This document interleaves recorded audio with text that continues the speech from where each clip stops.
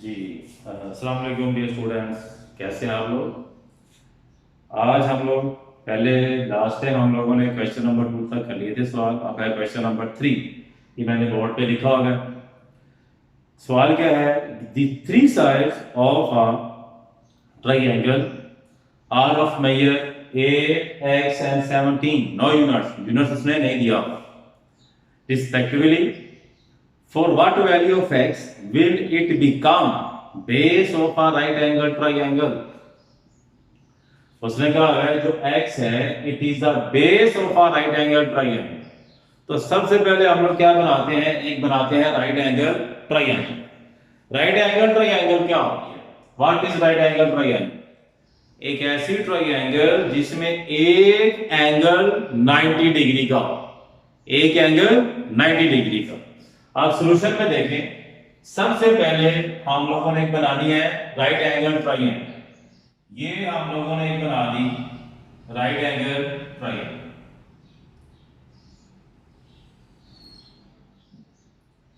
ये जो पॉइंट है it makes an angle of 90 degree.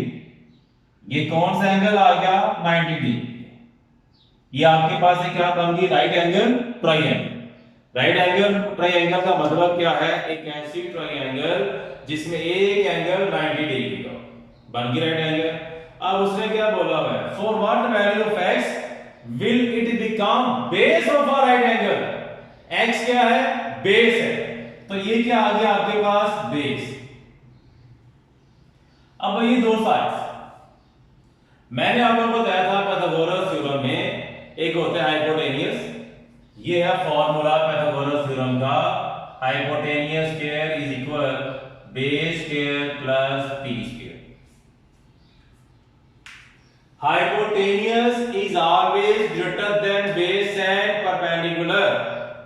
अब राइट एंगल ट्रायंगल में हाइपोटेनियस क्या होती है, बेस क्या है और परपेंडिकुलर क्या है। अब सुन लेंगे, ये जो स्लैंट हाइट है, स्लैंट हाइट तिरछी लाइन, इट इज हाइपोटेनियस। ये क्या है, हाइपोटेनियस। ये जो 90 की एंगल की लाइन है, 90 वाला एंगल, इसे हम लोग कहते हैं परपेंडिकुलर। हाइपोटेनियस भी हो गया, परपेंडिकुलर भी हो गया, बाकी क्या बचा, बेस। ये जो नीचे वाली लाइन है इसको हम लोग क्या कहते हैं, base. Again I repeat it, slant height is always hypotenuse. The angle make an angle of 90 degree perpendicular. और थर्ड जो साइड है वो क्या है, बेस। अब उसने तो कहा हुआ था x is the base of a right angle triangle। अब हाइपोटेनियस और परपेंडिकुलर क्या है, तो मैं बता रहा हूं आप लोगों को, hypotenuse is always greater than base and perpendicular. बाकी दोनों साइड आ गए 8 और 17, 17 ग्रेटर देन है, तो आपके पास हाइपोटेनियस क्या आ गया, 17, और परपेंडिकुलर क्या आ गया, 8। Hypotenuse is always greater than perpendicular and base. ये आपके पास डायग्राम है। अब हम लोगों ने फॉर्मूला यूज करना है जो मैंने ऊपर लिखा हुआ है, हाइपोटेनियस के इज इक्वल बेस के परपेंडिकुलर स्क्वायर। ये वाला फॉर्मूला यूज होगा। अब हम लोग यहां पे लिखेंगे यूजिंग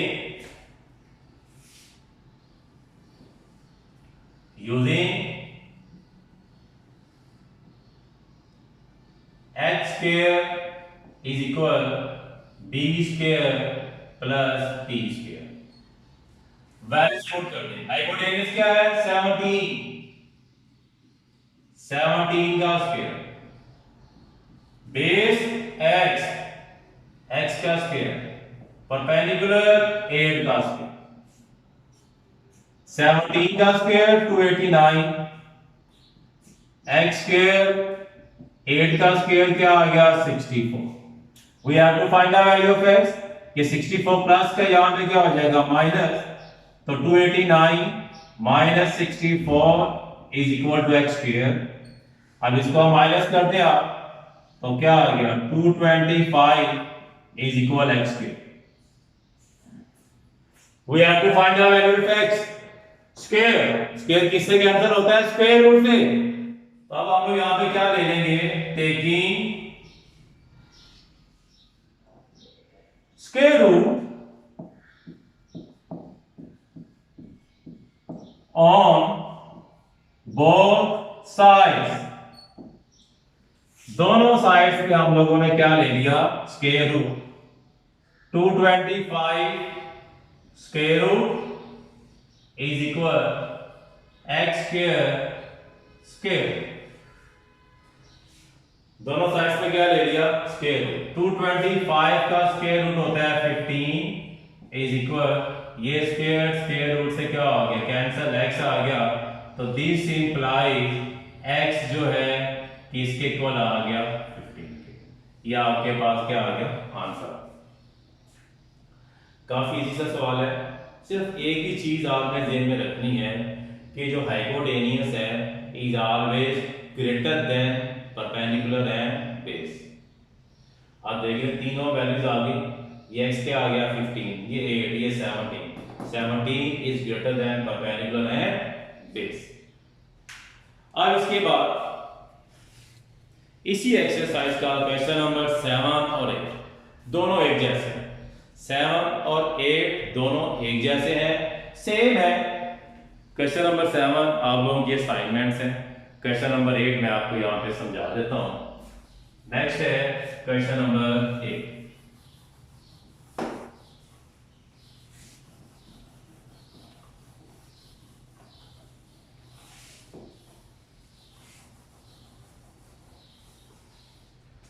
क्या लिखा हुआ है, अ लैडर,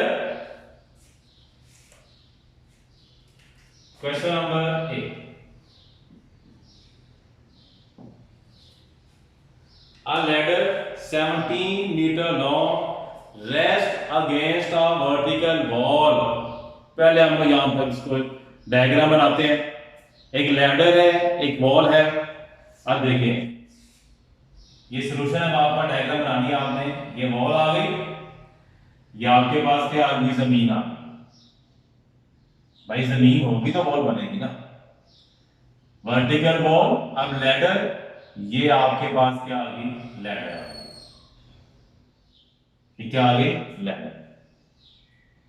क्या लिखा हुआ है, अ लैडर 17 मीटर लॉन्ग, ये लैडर है, कितनी है, 17 metre. Rest against a vertical wall, the foot of the ladder, ये है foot of the ladder, is 8 metre away from the base of the wall. ये बेस है, बेस ऑफ द वॉल, ये foot of the ladder. कहते हैं दोनों के दरमियान जो डिस्टेंस है वो कितना है, 8 मीटर। ये वॉल है, मेक एन एंगल ऑफ 90। अब उसने क्या लिखा है, how high up the wall will the ladder reach. हमने ये साइड मालूम करनी,